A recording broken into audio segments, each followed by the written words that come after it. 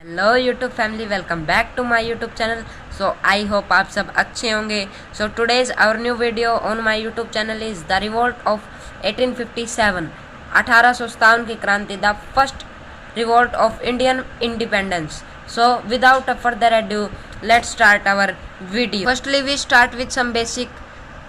So let's start. First question is 1857 revolt started. 1857 की क्रांति की शुरुआत कब हुई? तो कब हुई इसका आंसर रहेगा 10 मई 1857, 10 मई 1857 को। So next question is 1857 revolt ended. 1857 की क्रांति कब समाप्त हुई? सो आंसर इज 8 जुलाई 1859, 8 जुलाई 1859 को। So next question is 1857 revolt from where started. कहाँ से 1857 की क्रांति की शुरुआत हुई? सो कहाँ से हुई थी? ये हुई थी बैरकपुर, मेरठ से। So our next question is who started 1857 revolution. 1857 की क्रांति किसने शुरू की? तो ये शुरू की थी श्री मंगल पांडे जी ने बैरकपुर छावनी मेरठ से। So now we discuss causes of 1857 revolt. 1857 की क्रांति के क्या क्या मुख्य कारण थे, उनको अब हम देखेंगे। So let's start. The issue of greased cartridges and military grievances has been over emphasised as a factor of revolt of 1857। Issue मतलब ग्रीस्ड कार्टेजेस मतलब चर्बी लगे कारतूस और सैन्य शिकायतों ने बढ़ावा दिया किसको? 1857 की क्रांति को। ये सबसे मुख्य कारण था। ग्रीस कार्टेजेस यानी चर्बी लगे कारतूस, गाय की चर्बी लगे कारतूस, और मिलिट्री ग्रीवेंसेस सैन्य शिकायतें इसके मुख्य कारण थे। However recent researches have proved that the कार्टेजेस was not only the cause of this revolt. जो अभी फ़िलहाल में रिसर्चेज खोजें हुई हैं उसमें ये भी प्रूव किया गया है कि कार्टेजेस जो कारतूस थे, चर्बी लगे कारतूस, वही सिर्फ 1857 की क्रांति के कारण नहीं थे। In fact multiple causes i.e. Social religious political, in fact इसके मल्टीपल बहुत सारे कारण थे, जैसे सोशल सामाजिक, रिलीजियस धार्मिक एंड पॉलिटिकल मीन्स समाजवादी, इकोनॉमिक आर्थिक कारण भी थे कुछ इसके। Worked together to produce a rebellion, इन सब ने मिलकर इकट्ठा काम किया एक क्रांति को बनाने के लिए। So now we will discuss one by one multiple causes like social, religious and political and economic causes. We will discuss one by one. So let's start. So here we have social and religious causes, धार्मिक और सामाजिक कारण 1857 की क्रांति के। So let's start. The British has abandoned its policy of non-interference in the religious life of the Indians. जो अंग्रेज शासक थे, ब्रिटिश थे, उन्होंने अपनी पॉलिसी को तोड़ दिया था कि वो भारतीयों के धर्म में दखल अंदाजी नहीं करेंगे। इस अपनी जो नीति थी उसको तोड़ दिया था। एबोलिशन ऑफ सती को हटा दिया था, सती प्रथा थी। Hindu window remarriage act, Hindu जो विधवा औरतें थी उसकी दोबारा से शादी करवाने का एक्ट पास कर दिया था 1956 में। Christian missionaries were allowed to enter India and carry on with their mission of proselytizing. So जो क्रिश्चियन मिशनरीज होते थे, ईसाई जो टीचर या अध्यापक कह सकते हैं हम उनको भारत में आने की अनुमति दे दी थी। And carry with their mission क्या था उनका? प्रोसेटिगलाइजिंग यानी हिंदुओं का धर्मांतरण करवाना उनका मिशन था। सो next is the religious disabilities act of 1850 modify the traditional Hindu law. अब जो एक हिंदू लॉ होता था हमारा, जो बहुत पुराने समय से चला आ रहा था, उसको भी अंग्रेजों ने मॉडिफाई कर दिया था, मतलब उसको भी बदल दिया गया था। तो ये थे कुछ सोशल और रिलीजियस, सामाजिक और धार्मिक कारण 1857 की क्रांति के। Now we will discuss economic causes. Now we have economic causes. आर्थिक कारण क्या थे? तो British rule led to the breakdown of village self sufficiency, commercialization of agriculture which bounded the peasantry, adaptation of free trade imposition from 1800। So अंग्रेजों ने क्या किया था, कमर्शियलाइजेशन करना शुरू कर दिया था। जो भारत में गांवों में फसल उगाई जाती थी खुद की, उसके लिए खुद खाने के लिए या यूज के लिए, उसको कमर्शियलाइज करना शुरू कर दिया था। इंग्लैंड के जो बाजार थे उनको उनमें बेचना शुरू कर दिया था। पीजेंट्री मजदूरी करवाने लगे थे।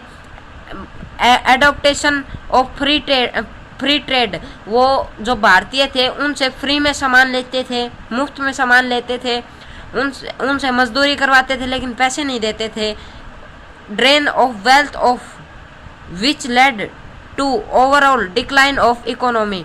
सो इन्होंने जैसा वो नहीं देते थे मजदूरों को, उनकी जो पैसे थे, वेल्थ थी, नहीं देते थे। एडॉप्टेशन, फ्री में ट्रेड कराते थे। और इंग्लैंड की जो उनकी महारानी थी उनको सारा पैसा जाकर दे देते थे। तो इस तरह भारत में कंगाली आ गई थी।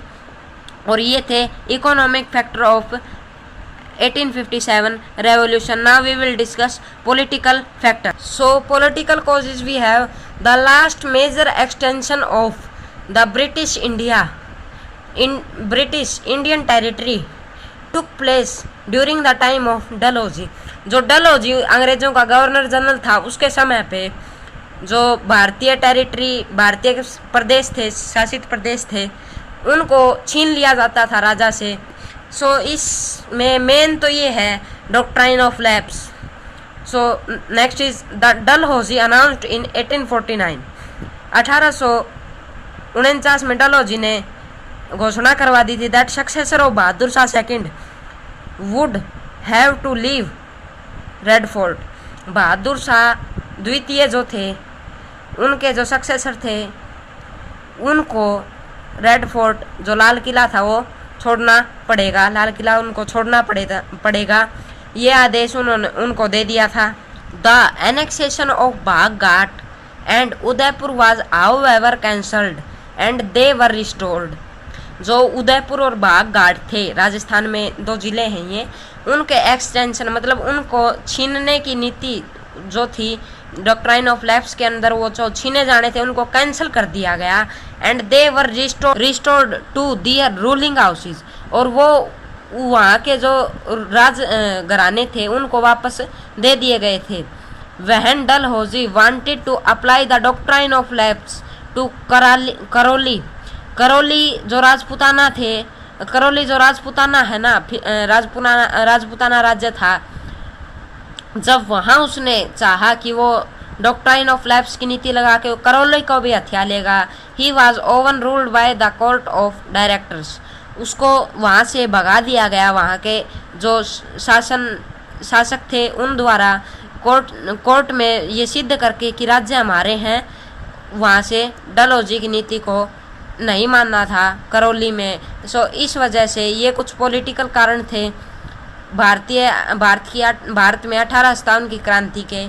सो next we will discuss about main centres of 1857 revolt and their leaders and the British officer which fought against the leaders. So let's see. So now we have places, leader and British officer. Places, स्थान, main centre. So let's start. First is Delhi. Delhi से कौन लड़े थे? एक तो बहादुर शाह द्वितीय लड़े थे एंड बख्त खान कौन थे? इनके जनरल थे, सेनापति थे।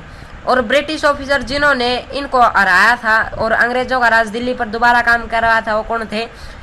जनरल जॉन निकोलस ने दिल्ली की तरफ से, वो अंग्रेजों की तरफ से लड़े थे। सो सेकंड इज लखनऊ से कौन लड़े थे? Begum Hazrat Mahal and British ख्वादिर। और इनको किस जनरल ने हराया था? General Nile and Henry Lawrence ने इनको खदेड़ दिया था। सो नेक्स्ट इज कानपुर से कौन लड़े थे? नाना साहिब एंड राव साहिब। नाना साहिब बिठूर के पेशवा थे और राव साहिब इनके छोटे भाई थे। तो कानपुर पर किसने कब्जा किया था? सर कॉलिन कैंपबेल ने कब्जा कर लिया था। सो नेक्स्ट इज झांसी से कौन लड़ी थी? वीर गति प्राप्त रानी लक्ष्मीबाई झांसी से लड़ी थी। जो और ब्रिटिश ऑफिसर कौन था जो रानी लक्ष्मीबाई के खिलाफ लड़ा था, वो था जनरल यूरोस। ये जो यूरोस है इसको खास इंग्लैंड से बुलाया गया था रानी लक्ष्मीबाई से लड़ने के लिए। बाकी जो थे वो इंडिया से ही इधर उधर से लेके आए गए थे, लेकिन यूरोस एक ऐसा बंदा था जो इंग्लैंड से बुलाया गया था। इसने जापान में अंग्रेजों की सेना का नेतृत्व किया था, जिसके कारण इसको भारत में रानी लक्ष्मीबाई के खिलाफ लड़ने के लिए बुलाया गया। सो नेक्स्ट इज बिहार। बिहार से कौन लड़ा था? कुंवर सिंह एंड अमन सिंह। सो इसको किसने हराया था? विलियम टायलर ने हराया था। Next is Rajasthan. राजस्थान से कौन लड़ा था? जयदयाल सिंह एंड हरदयाल सिंह राजस्थान से लड़े थे। अब इनके खिलाफ कौन लड़ा था अंग्रेजी सेना से? कर्नल ओल्मेस। ओल्मेस लड़ा था। कर्नल ओल्मेस कौन था? ये लड़ा था राजस्थान से। Next is Gwalior. ग्वालियर से कौन लड़े थे? ग्वालियर का नेतृत्व किसने किया था? ग्वालियर का नेतृत्व किया था तात्या टोपे ने। और इनके खिलाफ भी जनरल यूरोस ही लड़े थे, क्योंकि तात्या टोपे जो उस टाइम के सबसे अच्छी तलवारबाजी आती थी, इसीलिए जनरल यूरोस को ग्वालियर भी भेजा गया था इनसे लड़ने के लिए। सो नेक्स्ट इज बरेली। बरेली से कौन लड़ा था? खान बहादुर खान। और इनके खिलाफ कौन लड़े थे? Sir Colin Campbell. ये वही हैं जिन्होंने कानपुर में नाना साहिब और राव साहिब को भी हराया था। कोलिन कैंपबेल भी बरेली से भी कोलिन कैंपबेल लड़े थे। सो नेक्स्ट इज बनारस। बनारस से कौन लड़ा था? मौलवी लियाकत अली। मौलवी लियाकत अली बनारस से लड़े थे और इनको किसने हराया था? कर्नल वंशसेल। कर्नल वंशसेल अंग्रेजों की सेना का नेतृत्व कर रहे थे वहाँ पे। सो आई होप आपको वीडियो पसंद आई होगी। अगर वीडियो पसंद आई है तो हमारे चैनल को सब्सक्राइब करें और वीडियो को लाइक करें। Thank you for watching.